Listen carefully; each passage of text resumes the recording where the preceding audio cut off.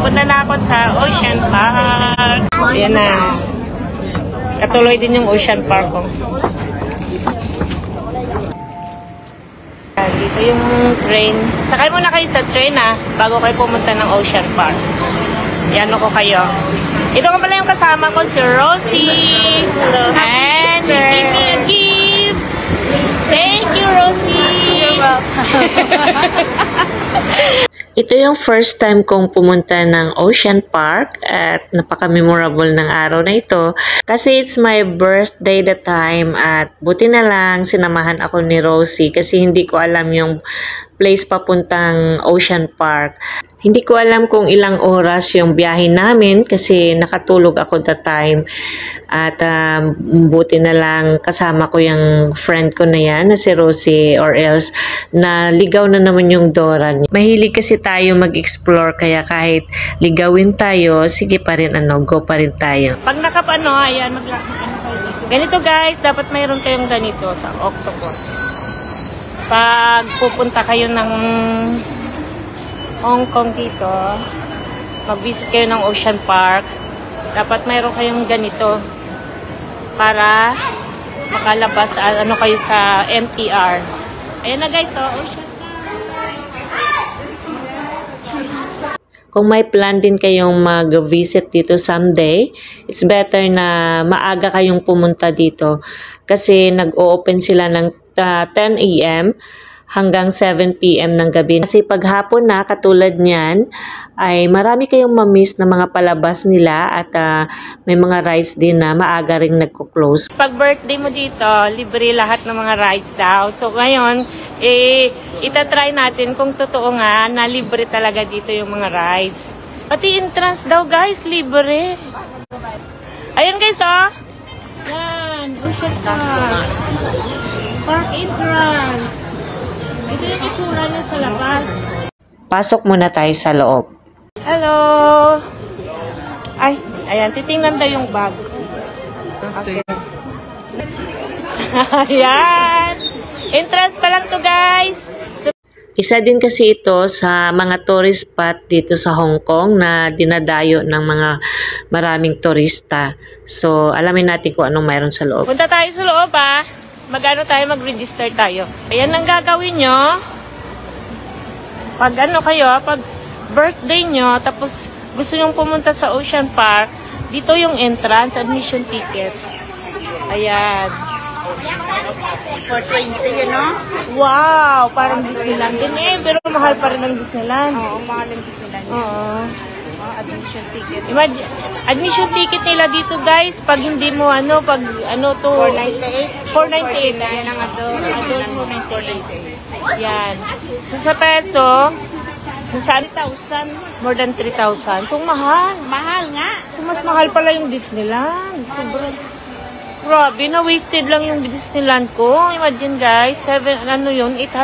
Ang kuha ni ma'am 800 Imagine, mga nasa 7,000 na yung ticket ng Disneyland ngayon. Kasi siyang kinuha. Tapos, na-wasted lang kahapon dahil hindi ako nakalabas ng ospital. So, ayan guys, tayo dito, magpa-admit. Dito ka magpa-admit. Sa birthday. Happy birthday. Thank you! Ayan, may greeting sila na happy birthday. Wow! Sis. 360. Ayan na guys, doon tayo pag birthday mo, punta ka doon. Yan, wala kang bayad dyan. Sa labas pa lang ito Ayan ang ganda niya sa labas. Ayan ang entrance. Kailangan may ka dito, ID card. Ayan.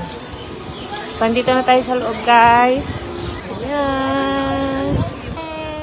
The ground aquarium. Aquarium. Ito yung isang famous attraction nila dito sa loob, yung Long Aquarium.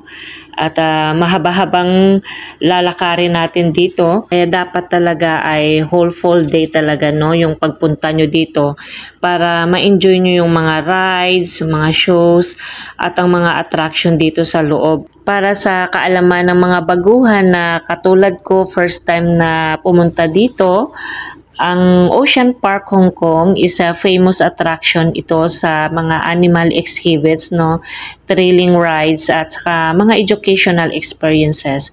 So, hindi man lahat ng mga activities dito yung maano nyo kasi sa sobrang lawak nito at mahabang lalakarin, at least may dito ma-enjoy yung mga activities na mga major like ang mga pandas, mayroon kasi mga shows dito minsan sa mga pandas at saka rides at saka ang ano talaga dito yung mga long cable rides at saka marami pang iba sa loob.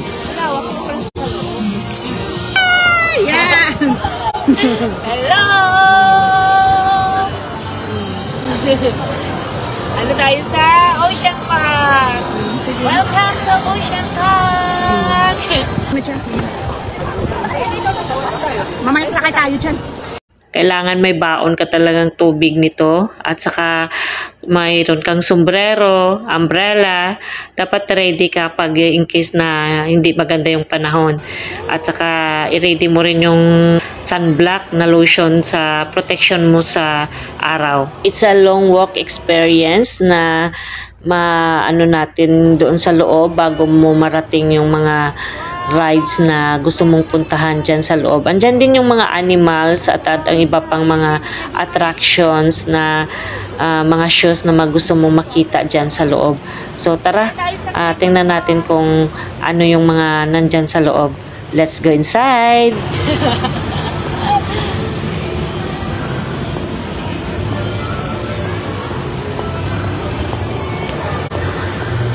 And Old Hong Kong. Ano yung Old Hong Kong?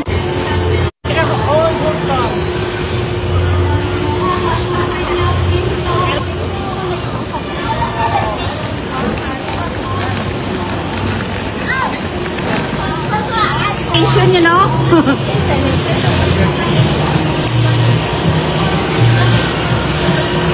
Diyan ka, ano mo yung cable car, oh? Iabot mo. Iabot mo yun, oh.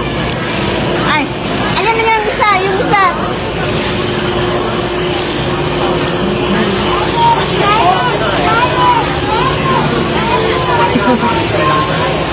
Ayan.